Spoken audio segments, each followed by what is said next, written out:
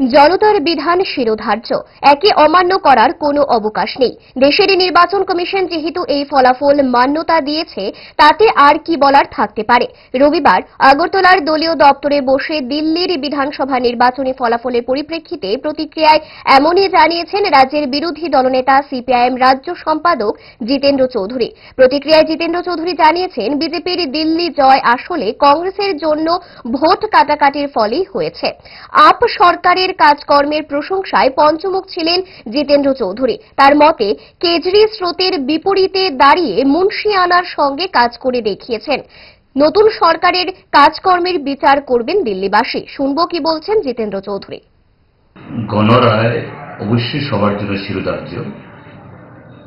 এখন অব্দি ফলাফল যা বেরিয়েছে, অর্থাৎ দিল্লি নির্বাচনের ফলাফল সারা দেশের সাথে আমরাও দেখেছি। নির্বাচন কমিশন এটাকে বৈধতা দিয়েছে, কাজেই এটা মানতেই হবে। শিক্ষাকে এটা পণ্যে পরিণত করা, এই ক্ষেত্রেতেও আম আদমি পার্টি মুন্সিয়ানা দেখিয়েছে, এরকমই আরো বহু ক্ষেত্রেতে। এবং কিভাবে কাজ করতে হয়েছে, লাগাতার দিল্লির কেন্দ্রীয় সরকার তাদের চাপের কাছে, যে প্রতিনিয়ত এই দিল্লি পুলিশকে দিয়ে দিল্লি সরকারকে ব্যতিব্যস্ত করা, তারপর সেখানকার লেফটেন্যান্ট গভর্নর তাকে দিয়ে এই দিল্লি সরকারকে প্রায় পঙ্গু করে দেওয়ার চেষ্টা হয়েছে। আইন পাশ করে তাদের উপরে অন্যায় কাজ করা হয়েছে, মিথ্যা মামলায় জড়িয়ে মুখ্যমন্ত্রী এবং আরো প্রায় আধা ডজন মন্ত্রীকে জেলে পাঠানো হয়েছে।